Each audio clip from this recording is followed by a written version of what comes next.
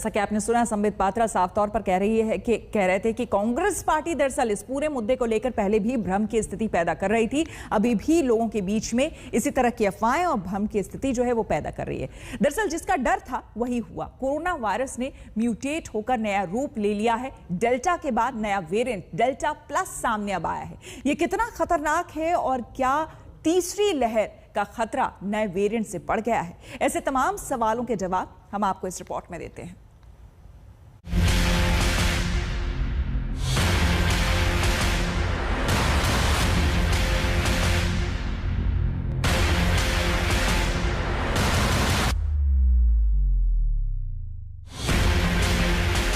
दूसरी लहर से देश अभी उबरा भी नहीं था। बाजार पूरी तरह खुले भी नहीं थे। लॉकडाउन से खस्ताहाल जिंदगी की गाड़ी अभी ठीक से बढ़ी भी नहीं थी कि बहरूपीय वायरस ने फिर से दहशत में डाल दिया है।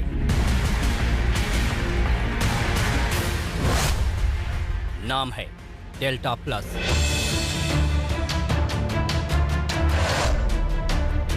देश में 24 घंटे में 6,471 नए केस।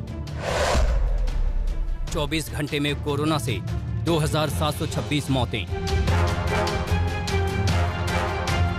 ये आंकड़े सबूत हैं कि डेल्टा वेरिएंट का कहर दूसरी लहर में जारी है और इन आंकड़ों की वजह भी है। देश में सबसे ज्यादा तबाही मचाने वाला कोरोना वायरस का यही डेल्टा वेरिएंट अब म्यूटेंट होकर डेल्टा प्लस बन गया है। देश में इसके 6 मरीज भी सामने आ चुके हैं। एक खतरनाक वेरिएंट के रहते इन नए डेल्टा प्लस वेरिएंट के सामने आने से चिंता बढ़ गई है और सबके मन में कई सवाल उठ रहे हैं। क्या डेल्टा प्लस डेल्टा वेरिएंट से ज्यादा खतरनाक है?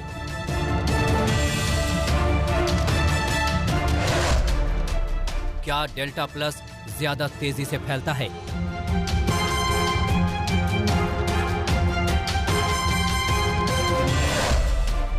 क्या डेल्टा प्लस से तीसरी लहर का खतरा है?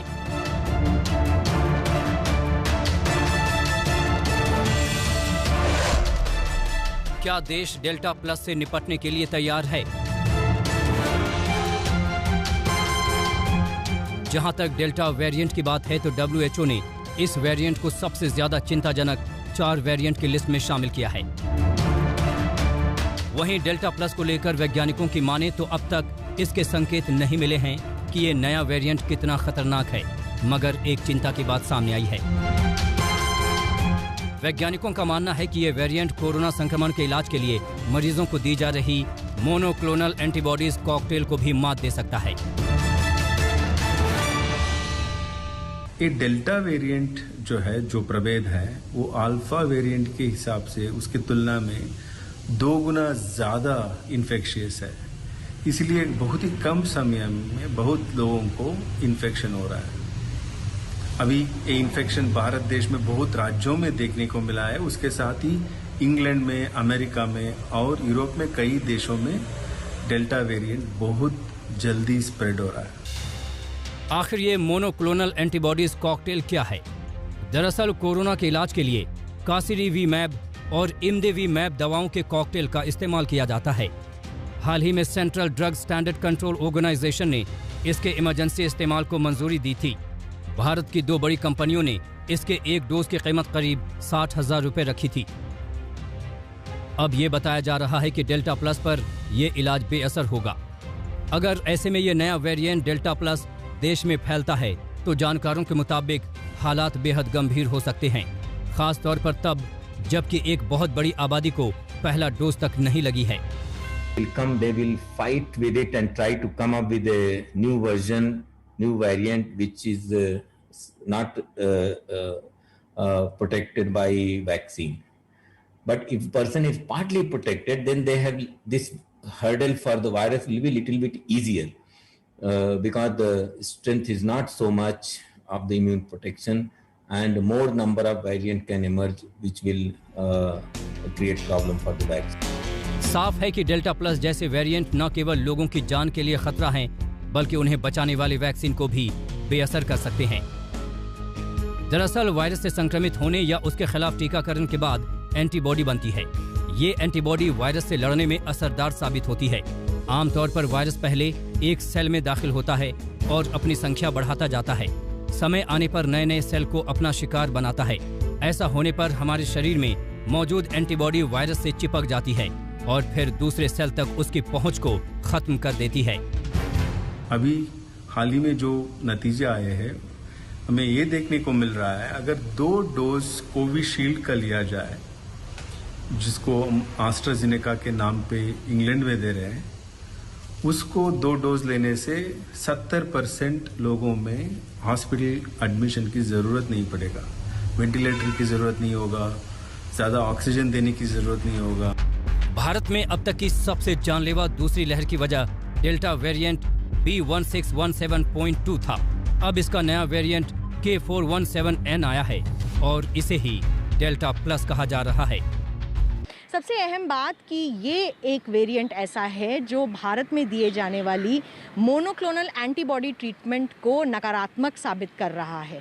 ये एक ऐसा ट्रीटमेंट है जिसका एक इंजेक्शन का जो दाम है वो 60,000 रुपये से ऊपर है। काफ़ी महंगा ट्रीटमेंट है और उसको भी कहा जा रहा है ये वायरस नकारात्मक साबित कर रहा है। अब इस पर और जानकारी साझा करनी होगी सरकार को, क्योंकि किस तरीके से ये भारत को अफेक्ट करेगा ये जानना बहुत ज़रूरी होगा तीसरी लहर के आने से पहले।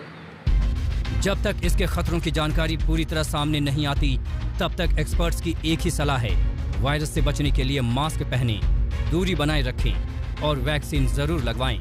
मिलन शर्मा के साथ आज तक ब्यूरो। डेल्टा प्लस ने सिर्फ भारत में ही चिंता नहीं बढ़ाई है, इसने दुनिया के बड़े बड़े देशों की नींद उड़ा दी है। ब्रिटेन ने लॉकडाउन 2 हफ्ते के लिए बढ़ा दिया, वहीं यूरोप में लॉकडाउन से राहत देने में जल्दबाजी ना करने की हिदायत दी गई है।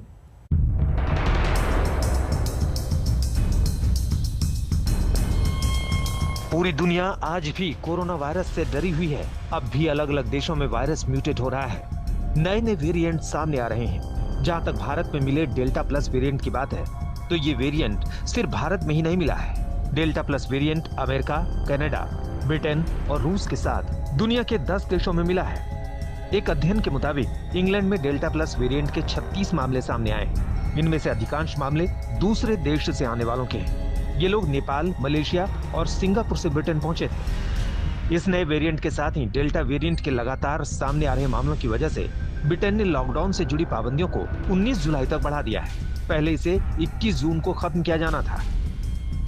We will monitor the position every day, and if after 2 weeks we have concluded that the risk has diminished, then we reserve the possibility of proceeding to step 4 and a full opening sooner.